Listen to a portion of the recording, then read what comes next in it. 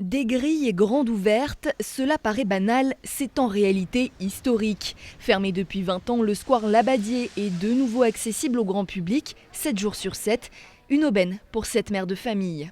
Le parc Longchamp, il nous faut un quart d'heure à pied. Ou alors on prend le tramway, mais c'est vrai que c'est pas tout à côté. Et puis oui, non, c'est vraiment encore une fois super chouette pour les enfants, cette bouffée d'oxygène et de liberté en ce moment, quoi. Elle est ravie, d'autres riverains en revanche se montrent beaucoup plus sceptiques. Ils pointent du doigt l'insécurité qui avait entraîné la fermeture du square, des problématiques toujours présentes aujourd'hui.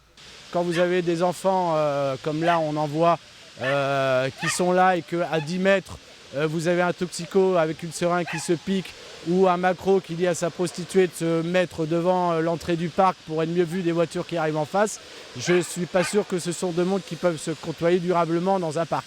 La mairie a choisi de ne pas gardienner ce petit espace vert.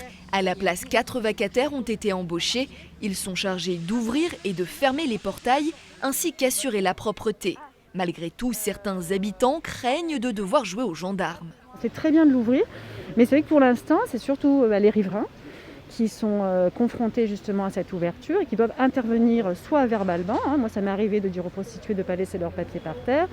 Mon mari, donc, pour ceux qui se shootaient, ou d'autres qui habitent là et qui sont directement concernés. Et c'est vrai que ceux qui sont responsables de l'ouverture sont moins présents et donc ne vont pas au conflit, entre guillemets. C'est vrai que c'est ça qui est un peu dommage.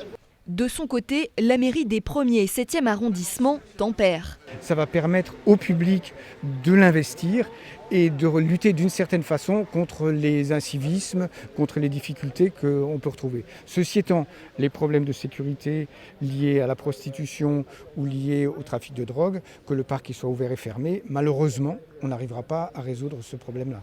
La mairie de secteur qui va lancer une consultation publique pour réaménager ce jardin dans une démarche d'apaisement.